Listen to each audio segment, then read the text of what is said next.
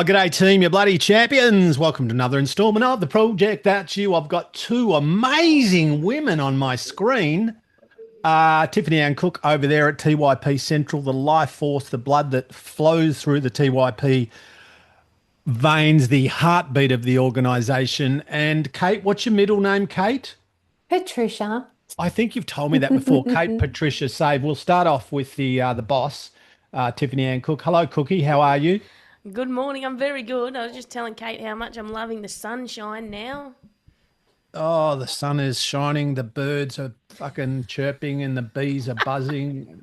And that when I talk to Mary Harper every day, she's like, "Oh, it's a good day up here. It's warm. It's I tell you what, bloody oh," she said, "My bones were freezing the other day. You know, my bones." I'm like, "Were they, Mary?" "Oh yeah, it was bloody. I had gloves," and I'm like, "Oh, God bless her. She's a little angel." But yes, it is. It's going to be like we're recording this on Tuesday the 6th. It's going to be like 40 degrees tomorrow or something. Yeah, Wow. it's not going to be good. Yeah, yeah. No, I'm keeping my little skin cancer prone body out of the fucking UVs. Don't worry. I walk down the street looking like a fucking covert operative doing a fucking deep jungle surveillance mission. And no, I I realize that sometimes, when you walk across the road, you see yourself in a window of a shop, and I think, fuck, I either look like the worst homeless person because nothing of my shit matches, no disrespect to homeless people, or I look like some kind of criminal, or like I look terrifying. So then so then what I do is to counteract the terror, I smile at people. That makes it worse. They're like, "Oh my God, the creepy sociopath is smiling. Now I'm really terrified." So I'm a little bit conflicted. If either of you have got a solution, just let me know. It's the motorbike that really takes it up the next level too. Well, the motorbike is, yeah, well, when I'm just talking about walking around, yeah, if you're on the motorbike, one of my motorbikes is, I shouldn't say it, I won't say it, but it's pretty fucking loud. Let's just say that. Shout out to the RTA. And if I ride through the middle of cars, which is you're allowed to do when the cars are stopped at traffic lights, it's called lane splitting. It's fair to say it sounds like there's a fucking tornado coming through, or a volcano or some kind of earthquake coming through. And I just tinker through there. But what's funny, Kate, and I'll shut up after this, is depending on which motorbike I'm on, if I'm on the little tiny little weenie scooter, which is a 150, which wouldn't pull Nana off the bloody potty, it's got like 4 horsepower. Um, Actually, I can hear someone talking in someone's background. Is that you, Kate? Mm. Yeah. Uh, Sorry, we just had a quick adjustment, everyone. But anyway, depending on what bike I'm on, people will either look at me up and down like I'm some kind of vagrant, or absolutely totally avoid my stare. And just they will not look at me or the bike, or but I don't like that because I'm friendly. I'm like Humphrey Bear with two wheels under me, but they don't know that. I They didn't don't know realize that. how much fun motorbikes were. My girlfriend's a cop and she took me on the back of her motorbike. And I just Really? thought, just getting on a motorbike like you did when you were sort of kids and I don't know. And I got on and I was like, it was terrifying. She's like, my inner thigh muscles were squeezing her so tight that she thought Mm. her body was going to go numb. She's like, you've stopped circulation to my lower body. Can you stop squeezing me? Because I didn't want to grab her and choke her. So I was just hanging on with my legs for dear life. That's so funny. Well, Tiffany Ann Cook has got a very high power motorcycle herself. Did you know that? Oh, no. They're Kate, join the crew. terrifying. Join the crew, mate. It's Ah, the it best was fun. fun. Oh, it was Yeah. a massive. I was like, people do this all day, every day, like that high. It's fun. It's a lot of fun, but Mm, scary. mm. I'm glad it's loud because then I feel like I'm less likely to get hit by a car. The louder it is, the more you hear it coming. Mm. You know what's interesting about, and like, I'd hate to bring up psychology, but it's me. What's interesting is you can put someone on the back, they'll have the best experience ever, and their body will be producing all these great hormones, and their heart rate will be relatively low, and they'll just be having the best time psychologically, emotionally, and even physiologically, just joy. And you could take someone else on the exact same route, same speed, same everything, and they're on the back having a fucking total meltdown. And you're like, oh, this is so interesting because I've had that before where I'm tinkering along with someone and I had somebody just basically hit me so hard. I'm like, what? They're like, pull over, pull over, pull over. And we weren't doing anything. And they got off and they wouldn't get back on. And I'm like, and I mean, they were safe, or as safe as you can be with me, which is relatively safe. Um, but yeah, and it's like nothing had happened. They actually had started to have a panic attack. Um, Oh. yeah, yeah, yeah. And then you have other people who are like, they've never been on. We get home, we've done a 15-minute kind of quick buzz around. We get home and they're like, can we go again? And it's like, it's like Luna Park for free. But I it's was going so to say funny that that. It's that like a in roller coaster. yeah, but that individual psychological and emotional response to the same stimulus, Mm. I find that shit fascinating, because we're always talking about how reality is subjective. So for one person, it's literally terrifying, but the exact same thing for someone else is just joyful. Think about that. That's So fucking, it's that's, unpredictable, I think. That's the scary bit for me. Like, I will jump out of a plane. I've jumped out with my own parachute, not with people with me, and had to pull my own parachute, but I was in control of it and I knew where I was going and it was down. And I knew what feet I had to get to before I pulled the cord on the back of someone else's motorbike. I don't know what's in front of me. I don't know what's coming up and where we're going. And yeah, I think it was the unpredictability of it.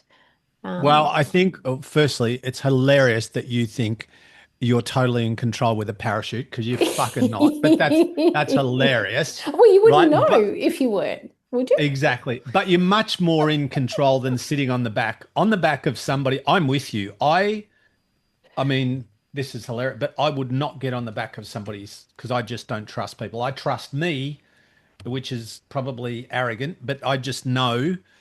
Like I shouldn't even say it, but I've never had an accident. Nobody's ever been hurt on the back with Hmm. me, and I Hmm. intend to keep it that way. But at the same time, I'm quite particular about who I let on the back. And Hmm. somebody on this particular show hadn't been on a motorbike for years, and then got on the back of one of mine, and then got off and went, "That's it, I'm buying a motorbike." And literally within fucking 5 days, had a motorbike. Wow. Wow. Yeah, went, Is "That's that it, I'm Tiff? getting a Is that motorbike." Tiff?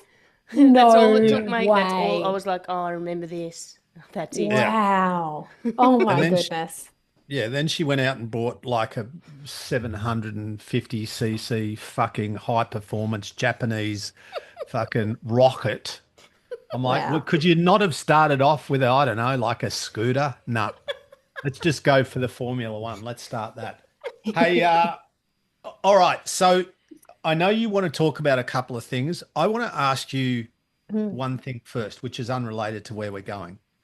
I want to talk to you for a minute about fiber because somebody was telling me today, a friend of mine who's doing a master's in nutrition said, Mhm. I don't know about this, but like they read that, or somebody, one of their lecturers had said that. Um, you should have fiber with every meal. Like every time you have protein, you should have fiber. Whereas I will often have just something which is like chicken skewers and a bit of peanut sauce. So there's no really, other than maybe a gram or two of sugar in the peanut sauce, maybe, but essentially just protein. Most meals I would have both protein and carbs and fat. What are your thoughts on fiber?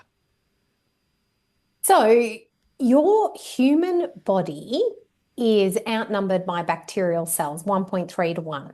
When you are eating your protein, carbohydrate, quickly processed foods, which is not in that meal, the protein's, slowly digesting food, but your gut bacteria only eat fiber. So when you eat, you need to feed the other half of your body, or what is more than half of your body. So your Right. bacteria only feast on the things you don't digest. So you are digesting that protein. You're going to Yeah. digest the sugars. You need to leave them something. So the fact that you said peanut sauce, if there's real peanuts in your peanut sauce, peanuts do have fiber. So they would have got a little bit to eat. But the reason why you want to have fiber at each meal is because only 50% or less than 50% of your body is human cells that need to be fed. You actually need to feed the trillions of bacteria in your body. And it's not just bacteria, it's bacteria, fungi, viruses, all these things that we live with in our body everywhere that actually keep us alive. So if we don't have them, we die. Are you saying I've got more bacterial cells than Craig Mhm. cells in my body? Absolutely. And in terms of DNA, you Oh have my like a God. hundred times, or I can't remember the number, but many, many multiples more DNA, bacterial DNA. I think your human DNA would fit in your big toe, and then the rest of your body would be bacterial DNA. So you literally are your bacteria.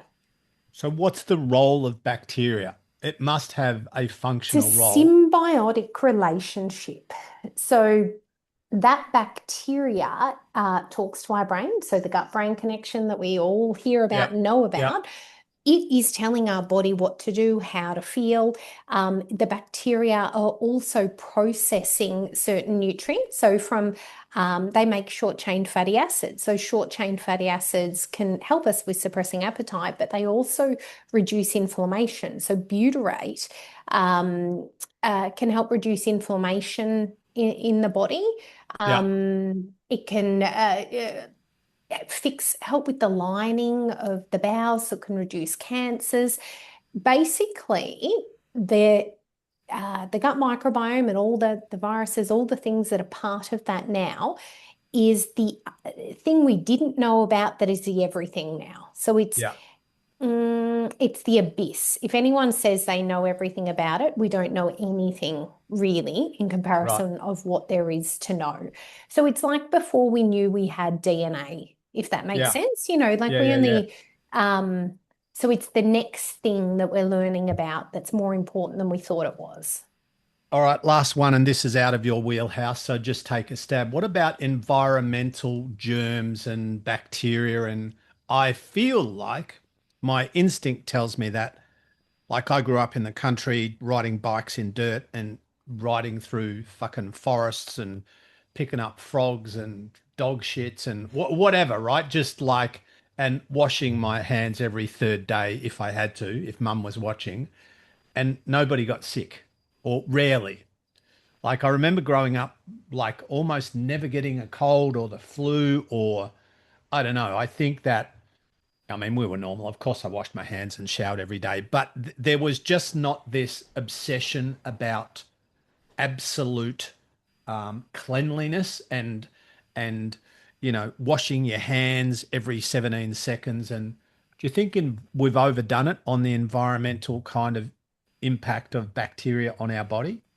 Absolutely, because dirt, like even a teaspoon of dirt, has hundreds of thousands, millions of bacteria, maybe even trillions of bacteria. So bacteria is everywhere. And in the past, we just washed our hands if we, I don't know, had to get dog poo off a boot or something like that because we thought that type of bacteria was bad for us. But we Yeah. didn't know some bacteria was good. So obviously the bacteria that's in our environment, some of that is good for us. And that bacteria also would be challenging our immune system and building up immunity. And Yeah. they talk about, the reason why we have so many more allergies to everything now, Yeah. purely because of this hygiene and not being exposed to bacteria as well. So you need to be exposed to some bacteria. But on the flip side of that, there's a lot around bacteria and birth. So if you get born through a vaginal canal.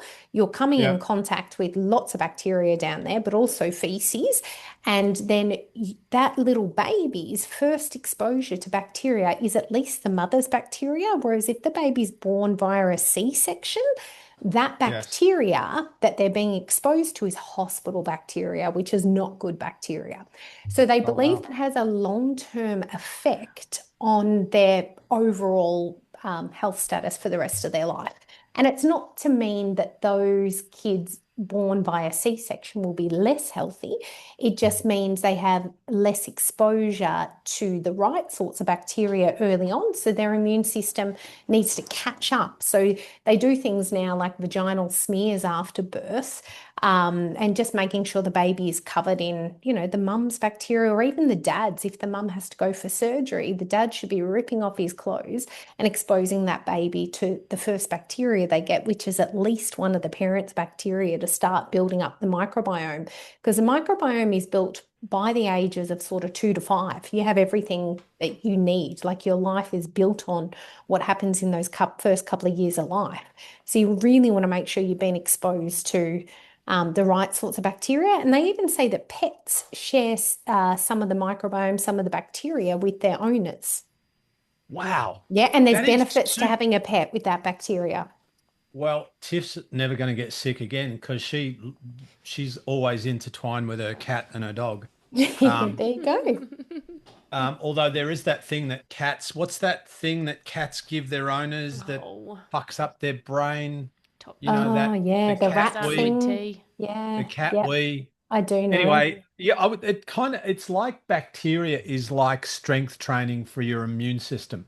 It's Mm. like it's like you go to the gym for your muscles and you go, yeah, smear some bacteria on you. That sounds disgusting, but fuck it. For your immune system. All right, so that's good. Thank you for answering that question.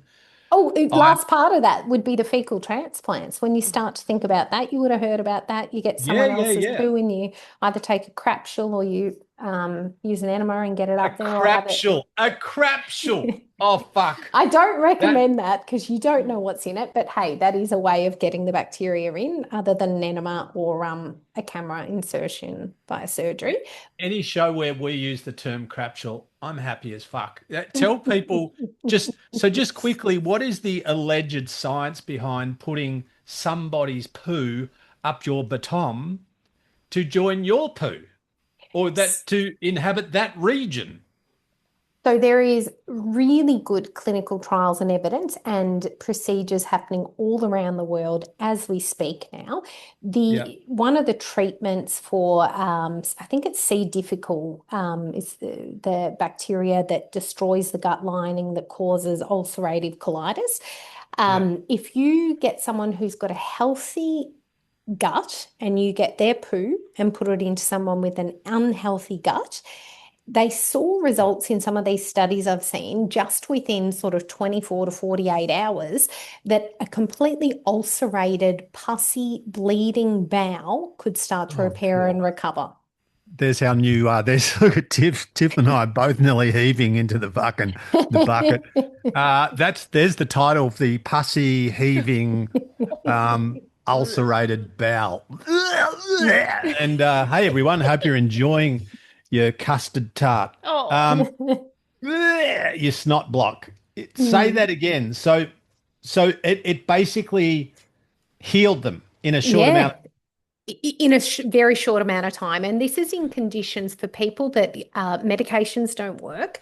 Any other treatment they've tried, they've just got this chronic inflammation. So the inflammation is cured by the healthy bacteria that is located in the feces of someone else. And the first sort of Australian trial on this, it actually made it to TV it must have been a decade ago or longer, I think. Yeah. Was I think a father donated it to his either son or daughter or something like that. And that was the first kind of, public show of how this all worked. Yeah, yeah. No, it does seem. I think what's interesting is, the idea of some of these things are almost like psychologically repellent, if Yeah. not they are, right? Hmm. But it's like, well, if it works, it's like, yeah, Mm. would I do it? If I was sick and you go, we're going to do fuck, what? I wouldn't Mm, even think about it. mm. Hey, Have you you know done your what? gut microbiome test? Do you know if you have healthy poo? No, no, but what I'll do is I'll come down to your joint and bring a little spatula for you. Welcome. I'll send Um, it off for you and we can yeah. have it tested. Yeah? Oh my God. Oh Yeah. my God. Well, that Hey, was what I want to talk to you about today. oh, can we go there in one sec? I want to Yeah. because I'm so excited you're here. Um, do you know what? Like one of my problems at the moment is I'm when I'm out, I'm always listening to somebody smart talking, right? Obviously not me, but and I was listening to these two smart dudes. I won't, doesn't matter who, but they're talking about metabolic psychiatry. Have you heard that term? Yes. I'm like, oh my God, this, and I did 10 minutes of research, right? And I'm like, oh fuck, I can't, this is gonna, I'm gonna go down this rabbit hole for a month and forget my PhD that's due next Friday. So I'm just gonna shut this fucking door. But this is the problem. There's so much incredible research and there's also lots of shit research, but there are so many potential therapies and treatments and protocols that are emerging and but then at the same time you listen to five experts talk about one topic, you get five variations, if not five completely different fucking ideas.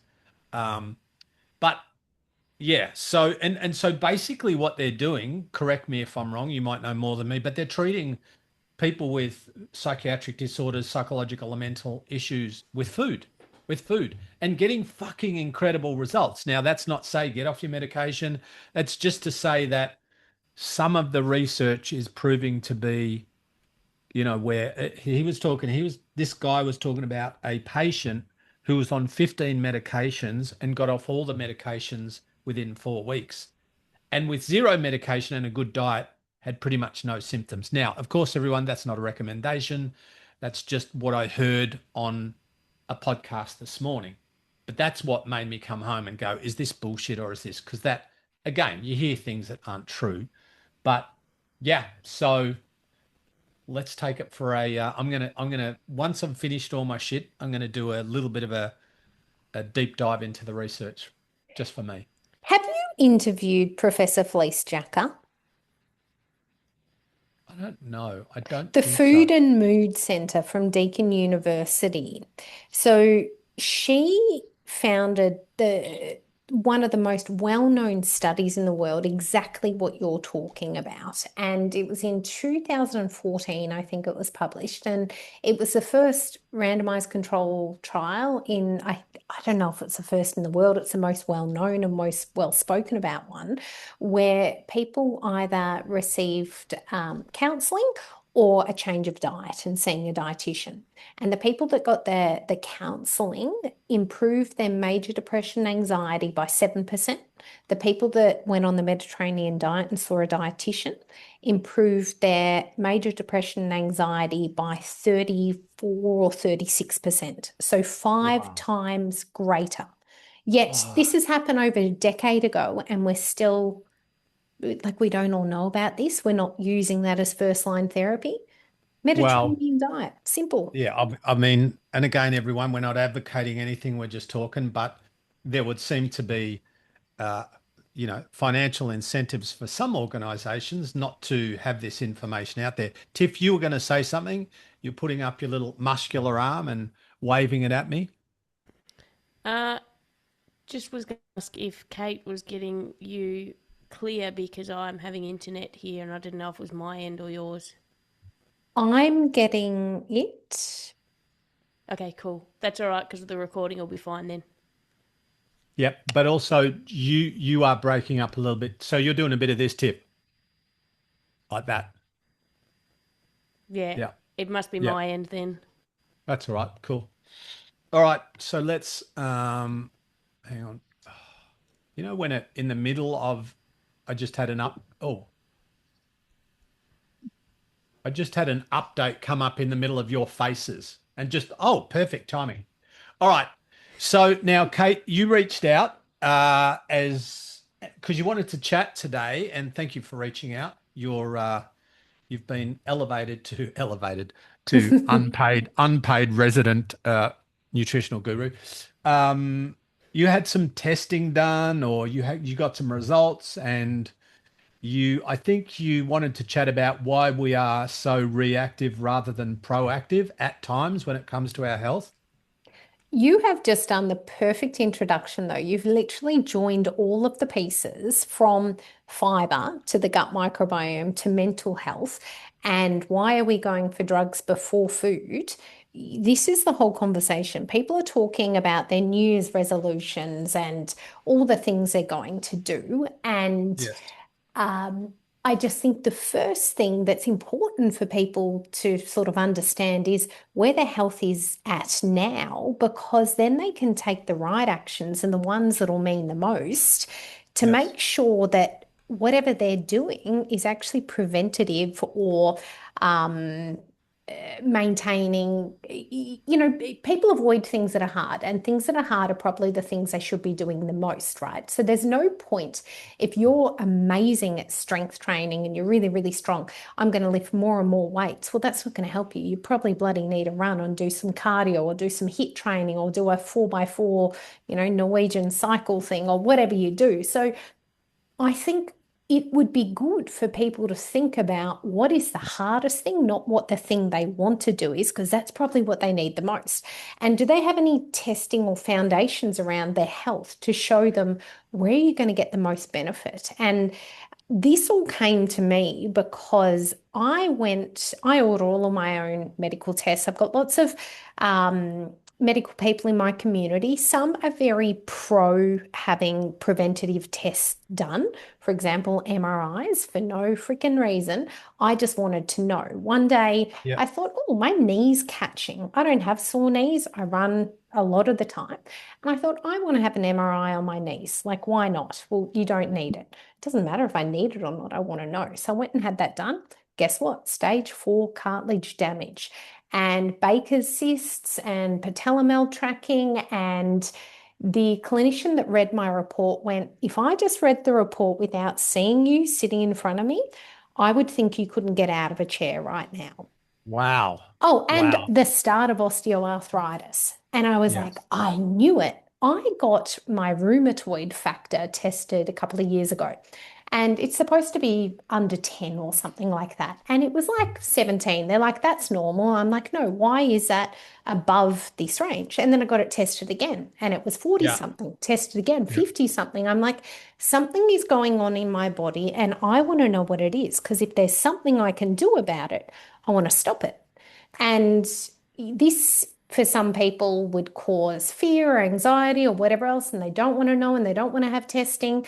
I get that, but my mum died of no known cause. And I don't want to leave my kids behind without knowing there was something maybe I could have done. Like autopsies, coroner's reports, no known cause after, 3 months of testing.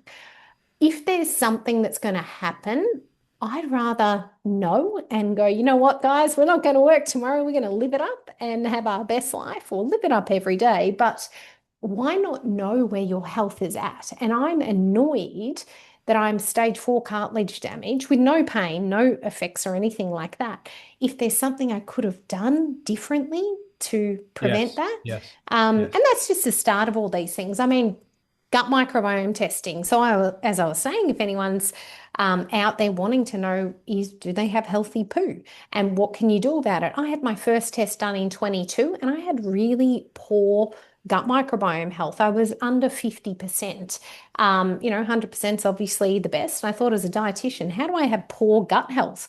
I then changed what I was doing and I got to 95%. So really, really good by knowing what was going on and being able to do something about it. Okay. Hang on. So, what were you having and doing at when you were 50%? And what did you change and how did you get to 95%?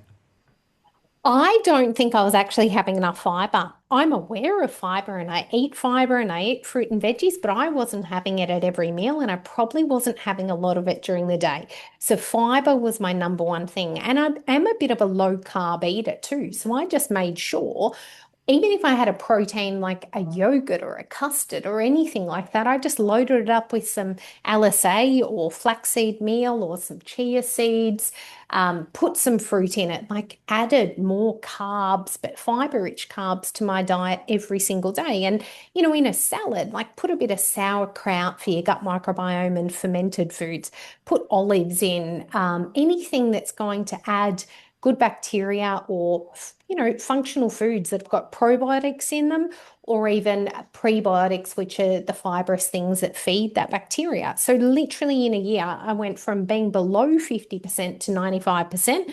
Had it checked a year later, it's still 95%. But if I didn't know, I would have thought I was doing pretty good. Yeah, that's so interesting. So here's my working theory on why people don't get testing done, uh, in no particular order. One, it can be expensive. I don't think that's the main reason. Two, ignorance. I don't think that's the main reason, but I think they're both factors. Three, fear.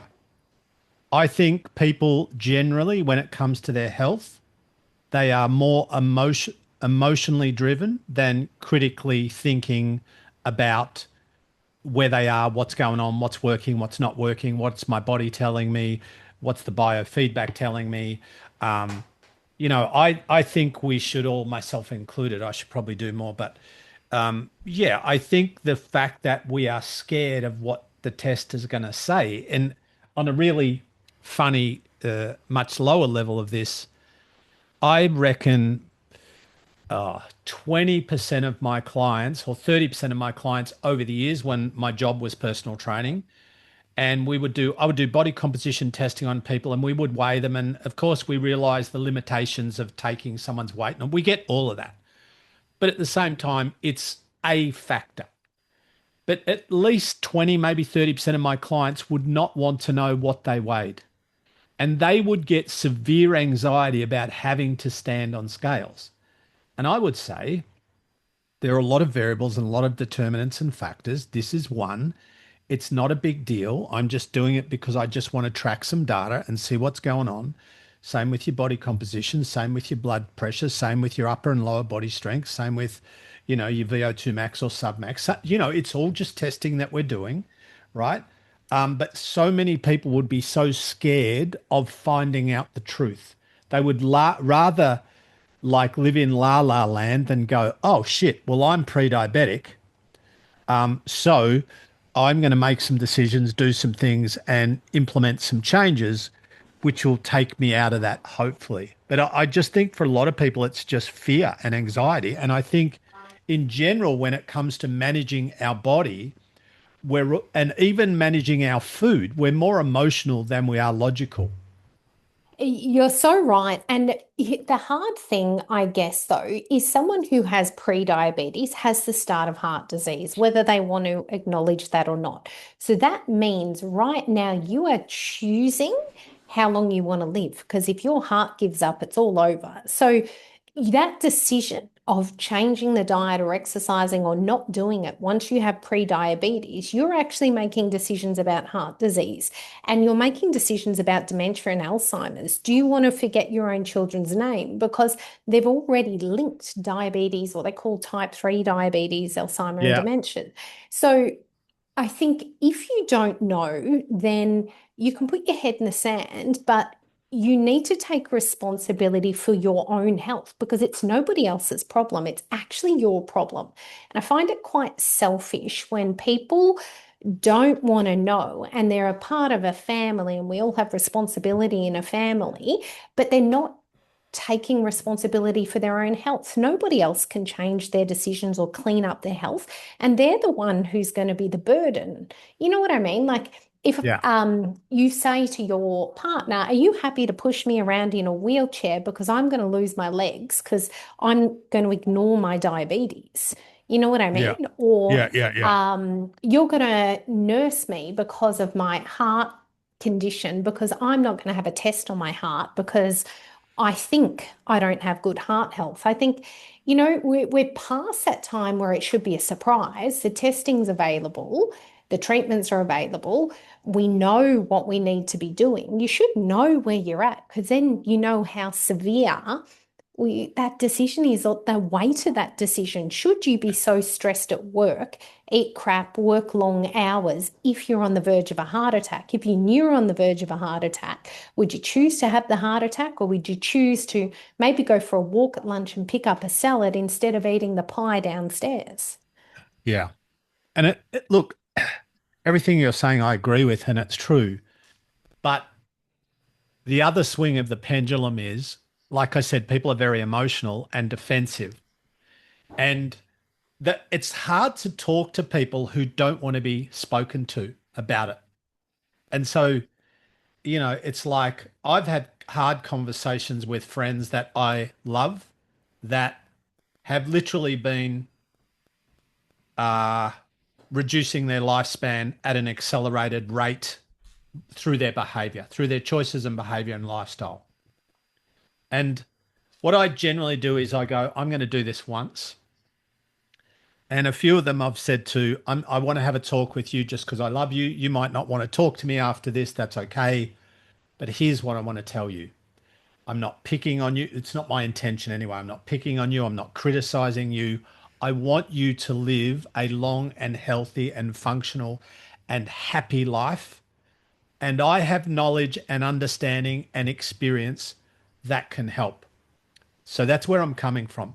And then I tell them, and sometimes it's well received and sometimes not. And sometimes they operationalize it and sometimes not. But it is difficult because, like, most people don't think like Kate Save. They don't. And that's okay. And most people don't think like Tiff Cook or Craig Harper, and we're not better than anyone else. But no, the only person who thinks like me completely is me. And so we look through, like I look through my lens at someone else's behavior and I'm like, what the fuck are you doing? But to them, it's totally normal. So this is the challenge, is like, even with conversations and messaging like this, we might be clinically and medically and scientifically right in inverted commas, but I guarantee you someone's listening to this right now getting pissed off at you, right? I guarantee you that someone right now hearing this is a bit fucked off because you don't fucking understand Kate Save. And it's all right for you, you fucking skinny blonde, blah, blah, blah, right? That's true. That's true. And I understand them and I understand that. And this is why all of this stuff is so fucking complicated, and on a level it's simple. Theoretically it's simple. Practically, in the real world, away from the theory, it's anything but simple. So fucking complicated. Absolutely. And I, David, who's got Advara Heart Care, he's a cardiologist, friend of mine, huge cardiology practice. And the way he presented it to me was he decided that he was sick of only meeting people after the event, and every single one of them, none of them said, I wish this happened to me. They all said, I wish there was something I could have done. I wish I knew, right? And he's like, his whole practice is built on preventative health now. He goes, I want to be meeting you before you've fallen off the cliff. I don't want to be cleaning up your messy body at the bottom. So come and see me before that. And I think this is where this episode felt so important at the start of the year.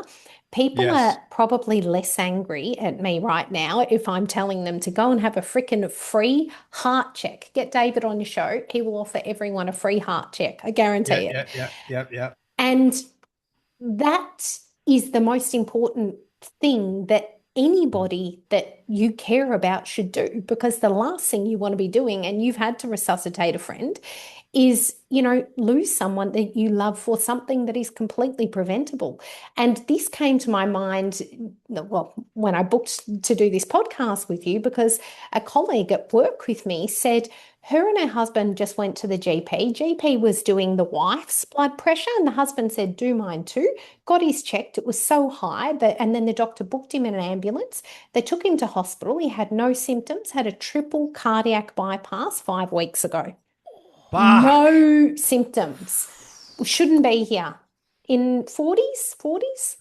Wow. And the interesting thing is sometimes the first symptom is death.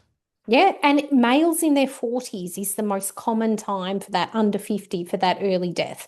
I'm not the expert here, but very happy to put you on to David. I know you know Yeah. lots of cardiologists, but I think he's specifically about prevention. He's sick of seeing them when it's too late because there were a million things you could do. All right. So let's now kind of move towards a potential uh, solution of sorts. So if somebody's like, okay, this makes sense. I'm a little bit scared. I'm a bit nervous. Firstly, we got you. We get it. We get Hmm. it. It took me quite a while to do the poo test and send it off.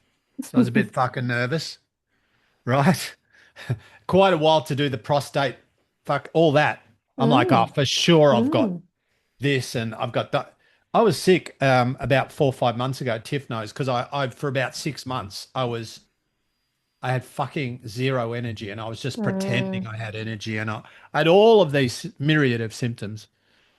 And yeah, I'm a big baby. So I put off, I'm like, oh, fucking jog it out. It's just this. It wasn't. And I knew it wasn't. But anyway, it turns out I had an infection that had just been fucking me up for a long time. Mm. But yeah, even me in inverted commas, like you know, but okay. So somebody's thinking about, all right, I want to start to turn this ship around in the right direction. I don't want Mm. to reinvent myself by tomorrow. I don't want to make 100 changes that I will not sustain. What's a good stepping off point? And of course, remember everyone, there's no, there's no universal plan that works the same for everybody. But where should we think about starting, Kate? Go and speak to your GP. Say, this year is the year that I want to learn about my health and I want to improve my health. Give me a full test for everything. I want everything. I want all my bloods done. I want, refer me to someone to do a heart care check for me. Refer me for diabetes check. What else can I have done? And if there's anything that you felt change in your body, if things change in your body, there is something wrong. That is a symptom. You need to speak about these changes in your body because people will always say, oh, yeah, about 6 months ago, I did notice this lump or this and that, but they never did anything about it. Yeah. And I did that with the melanoma. I noticed a freckle that I took a photo of and in an app, and this is like many years ago, and the app said high risk. I did nothing about it and it gave me a weekly alert for 52 weeks until I stopped paying for the app. And then I went to the skin cancer place and I went, this stupid app thinks I've got a high risk thing. Can someone look at it? They looked at it and said, we're going to biopsy it. I had two kids with me that were supposed to be going to swimming lessons. I said, I'm going to have to come back at 6 o'clock. And they biopsied it. A week later, I found out it was a melanoma, but it was only stage 1, thank heavens. So I just think if something changes in your body, no matter what it is, my niggling knee, stage 4 cartilage damage. I had a change in my mental health. I felt less resilient, and it's happened to me twice. And what I mean by that is, I felt like in the past, if someone fought me over something or told me I wasn't good enough or this or that, I would do it anyway. And I was losing the will to fight back. And went and had a blood test. I've twice had clinical zinc deficiency, which severely deteriorates your brain functioning and your mental health. Wow. Yeah. Wow. And that's the thing about And it's zinc. I popped a pill and I was better. No one can hurt me. fuck, that's amazing. I wonder what my zinc is. That's interesting. Zinc's a really interesting one for men because you need it for testosterone. And if your testosterone levels, let's talk about hormones. Females get their hormones checked. Males should be getting their hormones checked too. And if you don't have enough zinc, then you won't make good testosterone. If you don't have good testosterone, you won't build muscle well and your moods won't be stable and all those sorts of things. So men need Well, to have well, hormone tests too.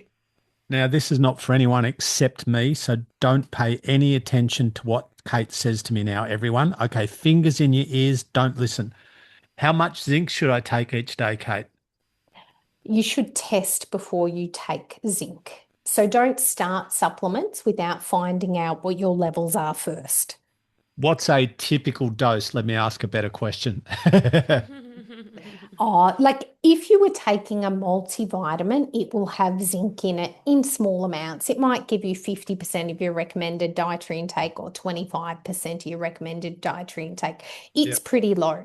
But if you have Where do we get clinical zinc? zinc deficiency, you need Right. really high levels to top you up. But you do not want to take high levels if you're not low because it will stop the absorption of other nutrients. Minerals all clash with each other in the body. So if you start supplementing something without counteracting it, you'll end up with another deficiency that you've caused by taking the wrong thing. So get checked first, find out where you're at. Food wise, zinc is really high in oysters. That's why they say they're good for libido and whatever else.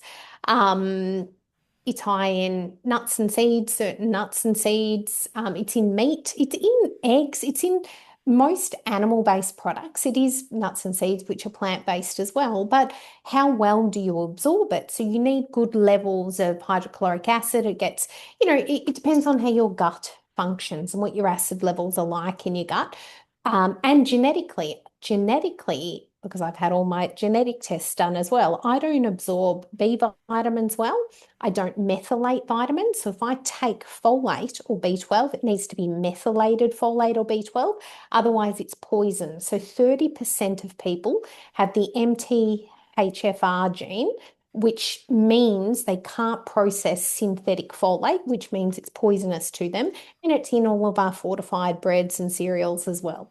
So you'd want to know if you've got that gene because you shouldn't be taking that type of vitamin. Your regular multivitamin won't be methylated and it won't work for you. It'll actually build up in your system. So have your blood test done before you start supplementing and have them interpreted by someone who knows what they're talking about. Wow. Well, now we're all fucking terrified because 30% of us can't fucking process Methylate, yeah, methylate. folate and B12. And this is particularly an issue for people that are supplementing folate because they're trying to get pregnant. Find out if you need methylated folate. Wow. Once Wow. you start Googling this, it's everywhere. Anyone who's ever looked it up will know it inside out because once you see it, you can't unsee it. Well, Tiff might be having the first TYP baby in the next year or so. So, Tiff, you take that on board. Kate, did you know Tiff's got a boy on the go? No. Like an actual grown up. No, Well, let's hopefully not. he's got plenty of zinc. Yeah, plenty Loves of lead in oysters. plenty of lead in the metaphoric pencil. All right, stop it. Stop it. Every show I just get just with a zinger, just a 30-second zinger. Kate, tell people how they can tell people how they can connect with you and find you and follow you. They can find me on Instagram, Kate Save. They can find me on LinkedIn and then at BeFit Food Australia as well.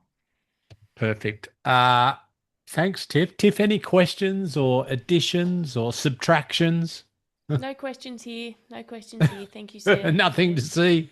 Nothing to see over here, except she would like to uh, delete the last comment, and she's editing it, so you may well not hear it.